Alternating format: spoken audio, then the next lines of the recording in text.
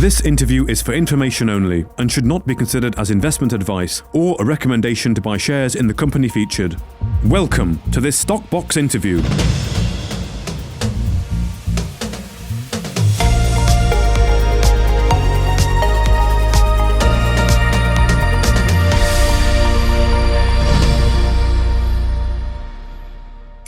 Hello, welcome to StockBox.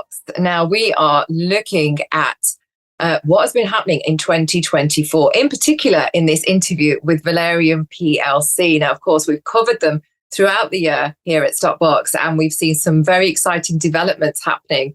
But here to tell us more is Nick Cowan, the CEO of Valereum. How are you doing, Nick?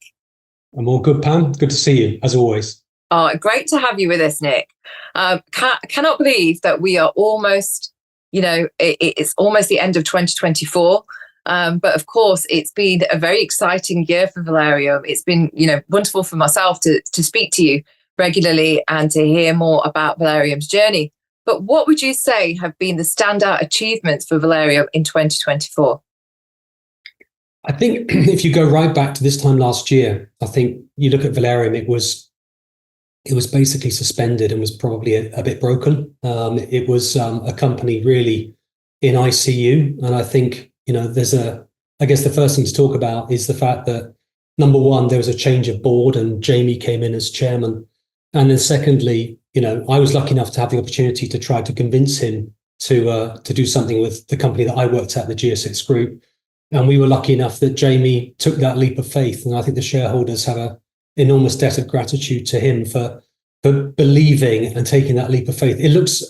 Now it looks like, well, why was that so difficult? At the time, as I'm sure you can imagine, it wasn't that easy a decision to make, but we were lucky enough to get through that and have that opportunity. And then if you look at sort of 24 in a number of, I guess, almost swimming lanes, to use that dreadful expression, we had to get the corporate structuring sorted out to get Valereum on a sort of pathway to stability. And that included, getting rid of the debt that we had. We had about $800,000 worth of convertible loans. It was putting in a new board, putting in a new management team, putting in new governors, putting in risk management, getting out of suspension on Aquis, doing a capital raise, which was the second thing that Jamie obviously helped us with. And we'll talk about this morning's news in a moment. But getting all of that basically stuff sorted out so we could put Valereum on the right path. And that was a huge amount of work, really. 24 was a lot to do with that. And then we also wanted to, get the new business plan, the new vision, the new strategy, A, signed off, but then B, communicated to the broader public, which we did in February. And that really then put us onto a sort of multi-vertical model. So to go into those verticals as well in terms of milestones. So we've got Valereum Technology, and all that tech IP came from the GSX Group. So we wanted to really set ourselves a target by the end of this year to get that tech version 1 finished to the demo level. And I reported to the TG community on Friday that we're basically there, and we're expecting this week to get to that point where the bridge, our digital financial markets infrastructure technology, which we've really spent about 5 years getting to this point, we've managed to break the back of that. But also we had to, from a tech perspective, get the technology delivered to turn on the real world asset marketplace, which I'll talk about in a moment. And we also wanted to launch the Valereum wallet, which is gone through the first round of beta testing. We widened that to the broader group today to a new set of users, and we've basically been bug fixing. So I think we're really excited about Valereum Technology. That was sort of like the second swimming lane that we've managed to get all those boxes ticked, as well as signing up strategic partners like STT, who are our core tech guys. So that's been really powerful. I think with Valereum Markets, the challenge with Valereum Markets and the team there was to go out, identify a jurisdiction, get a license under a regulator to be able to open that marketplace. That can take an extremely long time. We were incredibly lucky. Again, sometimes it's better to be lucky than smart, but we were very lucky to be introduced to the guys in El Salvador. We went out there, we met with the team, and we met with the regulator. And I think what's transformational, not just about what El Salvador is doing as a country, but also the fact that they've established this new regulator for digital asset permissions. The head of the regulator is a technologist.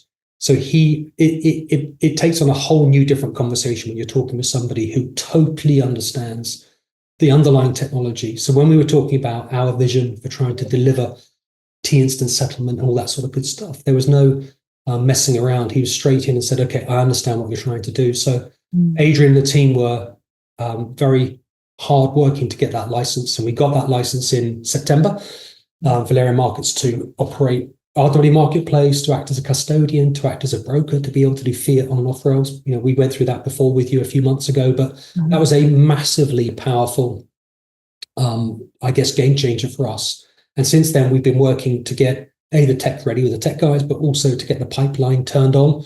And that pipeline has been building, I think, fabulously. And Adrian and his team are just about at the point where we're going to sign up agreements, probably starting this week, but next week we've got partners and ambassadors, which he'll be able to tell you about a little bit later down the road. But we expect those to get signed. We expect that pipeline to get turned on really Q1. But the market is now ready to rock and roll, which is fantastic. And RWA, meanwhile, has been getting higher and higher profile, I think, publicly. So that's really exciting. Right place, right time. We have Valereum Capital, which is what I look after, as well as being the CEO. But Valereum Capital was getting the fund basically established, getting the fund open. And we managed to get that done on the 1st of November. We started. So we've been now managing capital and trading since the 1st of November. So you got sort of like the three verticals, but then we wanted to make sure that we could tell the world about it. So we wanted a really comprehensive PR and marketing strategy, and to change and reposition Valereum's brand to be sort of a forward thinker and front and center tokenization, a thought leader, and all that good stuff. So Waxman, our PR company, have done, I would say, an incredible job to increase our profile and get us out there. I mean, I've been lucky enough, God knows how, to be on not just StockBox, but we've been on, FinTech TV and CNN and CNBC, and we've managed to get Valereum out there as a company, which I think is really important. And sometimes you can, maybe overlook that a little bit, but to get your brand out there, I think is really important. And we get probably 3 inquiries a week now from anything from, Cointelegraph through to Yahoo, through to asking us for market commentary, which is really, really good, because it means our hard work is starting to pay off. And then I think the final swimming lane was our token. We're one of the few PLCs with a utility token called Gate Token. And we signed off at the board last week here, the final budget and plan to really get that moving, which the team has started on now, and we'll get that moving into Q1 next year. So in terms of that sort of planning process, there's been, a number of things that we wanted to try to get done in 24. And I'm pleased to say that, the scorecard's pretty good. And we then obviously had to raise more capital, not to segue, but more capital to obviously fund that through to 25. And we've managed to bank that as well, in terms of certainly the first step of that process before the end of the year. So it's been from our perspective, from suspension through to where we are today, which is, I think a market cap of 23 million quid when we were down at 3 million quid a year ago, and suspended. I think we've been, I think really pleased with the performance. Remarkable progress indeed. Thank you for painting that picture over the last 12 months. And it's great to see how far you've come. And then, of course, today you have had not one RNS, but 2 RNSs in terms of very good news. So you've released news today, two news, as I just mentioned, signing of a £2 million binding option and entry into non-binding heads of terms for a capital raise of 13 million with DMC Markets. Now, of course, this is wonderful news. Nick, congratulations. Thank you. And can you tell us more about the private equity fund? So this is the 2 million binding option. Yeah, so we had to, we can't reveal their identity, but we will, in the next few weeks when the deal completes. We've known them for a long time. They are, I would say, market leaders in terms of tokenization. They are building a number of tokenization verticals within their own fund management structure. That will dovetail perfectly with what Valereum Markets is building. And their strategy is to, I think, take portfolio companies that can synergize with each other, to use an expression.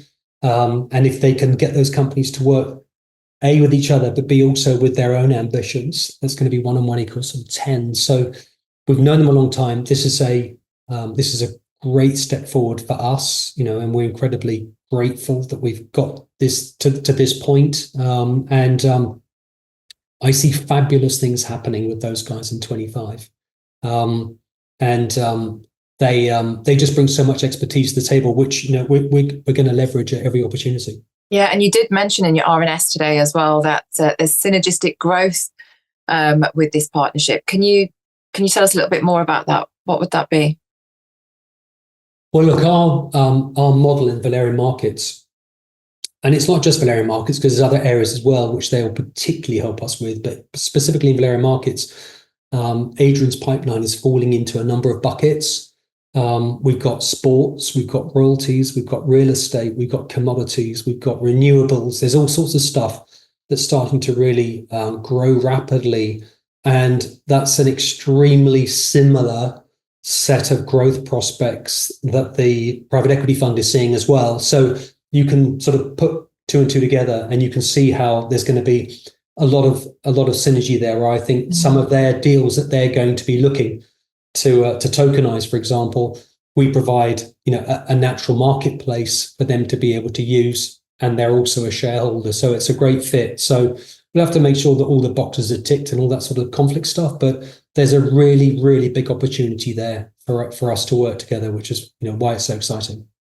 Indeed, and tell me more, Nick. What do DMC bring to Valereum? So DMC we've known for a while as well, actually. We first were introduced a couple of years ago, maybe 3 years ago. So it's been a sort of slow burner. These things don't happen overnight, as you can imagine. Well, DMC are an amazing fit for us because they not only obviously bring us capital, but as Jamie has said in public many times, is we can get money. Getting money isn't necessarily the challenge. It's getting money from the right partners that's critical to help us scale. And that's been sort of Jamie's mantra. And it's completely true. So with DMC, the executives in DMC, they have a deep M&A, corporate finance background, which is being able to identify potential targets and investment opportunities. But also they have a heavy marketing background. And they are, executives at the senior level. So as part of the announcement this morning, we're going to be making 3 minority investments. Those minority investments come as part of the deal. DMC have been working on those minority investments for quite a while. And they will fit beautifully into the Valereum ecosystem. Right. Because what we're doing is we're basically starting to bring together a tokenization ecosystem of different, technology partners, but also marketplace operations. So that number one is the expertise of the guys is going to fit in and complement our management team, I think, incredibly. Number two, we're also going to be able to identify and I think gather over the next 5 years, especially being a PLC, so we can tap the capital markets, investment opportunities as they come along to scale. And thirdly, they bring geography. We're in El Salvador, so we're kind of that side of the pond, and we're in Europe because we're here. But in terms of that Asian presence, and they're down in Australia, but also across Asia, that is a really wonderful fit for us because we see ourselves as a global business. We want to scale globally, and that's the whole amazing thing about tokenization and really digital assets. There is borderless, and that will give us that 24-hour presence. So it's a wonderful, wonderful fit for us. And I can't tell you how excited we are, and I know they are, to be joining forces. It's going to be amazing for us and our shareholders. Yeah, it definitely sounds it, Nick. And how will this additional funding help accelerate Valereum's roadmap and scale its digital asset ecosystem? Yeah, I mean, it just speeds it up. And it's not just only speeding it up, it expands our global presence, which I think is also exciting. So I think in terms of technology, it allows us to accelerate the development. We've currently got about a 3-year technology roadmap because we've got such an ambitious project to focus on that will allow us to exponentially increase the rate at which we can develop our tech and roll it out and license it as well. So it improves the opportunity to generate revenues. But also on the market side, it really will help drive that hard because some of the minority investments that we're making, they already operate businesses with clients. So there's a lot of synergy which we can extract there. And what it also does is it opens up new opportunities to make further investments. So it's acceleration, it's scale, and it's also opportunity. So you can never have too much capital in the bank, it is my view. Yeah. One of the things that, especially small caps on Aquis, etc., that we're in the company of, we all struggle at times with getting access to capital. If you don't have capital, you can't necessarily scale. You have to try to do it organically. If you can do both, then it becomes really, really powerful, and you can, really sort of drive forward really hard. So that's really what this opportunity gave us. We could have raised a lot less, but raising capital is quite time consuming. We've been on it now. I think we announced right back in the beginning of the year that we would be looking to, in February, we talked about 24, we'd be looking to raise capital. Yeah. On and off, not that we've been in the closed period, but it's been the best part of sort of 9-10 months that we've been on this journey. So that sort of gets us to a close now, which is fantastic, and allows us to A, make the minority investments, but B, have the working capital to drive hard in 25. Yeah. And with the potential completion of this £15 million funding round, what key milestones are Valereum hoping to achieve next? Well, I think we want to drive the Valereum Markets business hard. We want to invest in El Salvador. We have a great opportunity there. We have a great person there running our business, and she wants to build the team there with Adrian. And we really see a huge opportunity there across Central and Latin America. But also the verticals themselves. I think real world assets are now just about to properly explode. So that's going to drive that business really hard and execute that pipeline, and then just build on that pipeline. I think we want to really get the tech fired up and accelerated, as I said earlier. But most importantly, we want to be able to build that global footprint. And, Valereum is all about being front and center of tokenization, but we don't just want to be, monogeography. We really want to get ourselves out there as a global player that's relevant globally and can provide serious tokenization expertise to our issuers and our investors and our market professional clients, etc. So it's really just 24 is about, if you like, getting our house in order, and 25 is now about execution and scale. So we're positioned really, I think, really favorably as we go into the new year. Yes. I mean, you did say in your RNS, Nick, that you called this a defining moment for Valereum. So, I mean, I appreciate everything that you've mentioned so far, but if you was to really break it down, what makes this funding round and partnership so pivotal for the company's future that you would call it a defining moment? I think where we've been is, Jamie, our chairman, has, been unbelievably amazing in stepping up and putting his own personal capital at risk into Valereum. And again, it might look really clever now. There were a lot of people at the time who thought, even in the press, I read somebody say this company should be shut down. That would be the best thing for it. Put it out of its misery.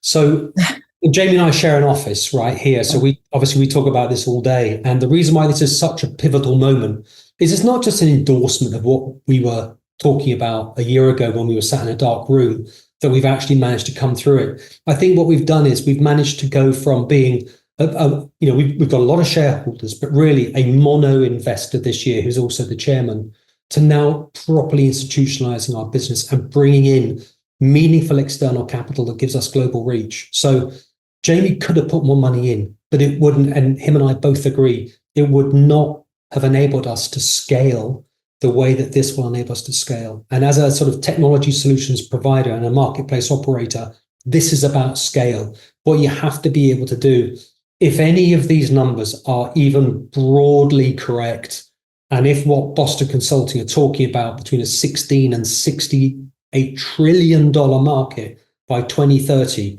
what you have to do is you have to be able to move extremely quickly. And what you don't want to do is we've had to in the past at the GS6 Group as a private company, is take your foot off the growth pedal, because you've got to go out and raise more capital.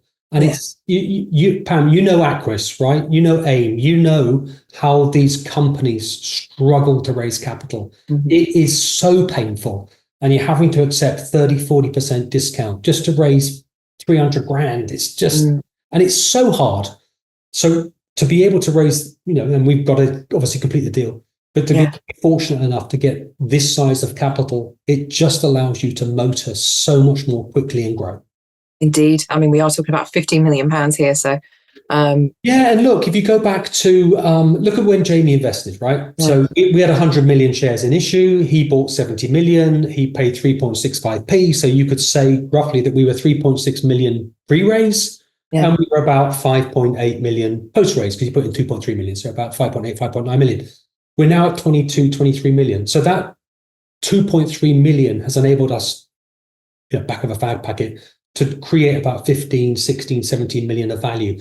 That's the type of thing that I think shareholders, should expect, and we need to build. So this type of investment, we need to return, multi-X that in terms of the market cap of Valereum. And that's what we're going to try and do next year. I always say, look, if we do what we say we're going to do, which is get our tech to full V1 next year, get the Valereum marketplace operating really, really hard, and also continue to make sure that Valereum grows as a brand globally, then the market cap and the share price tend to take care of themselves. Yeah, well, that was my next question that you just answered already there, Nick, in terms of what's your next steps and plans for 2025, what your objectives. But obviously, you've got a very clear pathway that you've outlined there for us. But if you could break it down to, say, even quarter one, what's your focus for quarter one? I think really get the marketplace turned on. That's Adrian's big focus, number one. Yeah. We want to get Valereum markets open in terms of real world assets. We'll also then be going on the next part of our journey, which we're already discussed with the regulator, which is opening the public markets.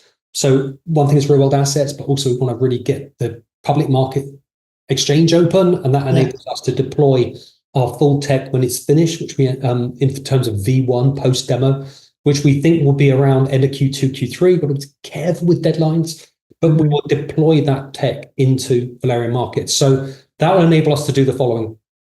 It means that we can showcase our tech. So it means that there's the best showroom that we've got is actually having it operating in a regulated, licensed, live marketplace. So if we can get the tech to a point of actually showcasing it, that we can start the licensing commercialization of that technology, which has been 5 years in the making, plus Valereum market starts to really, really drive hard.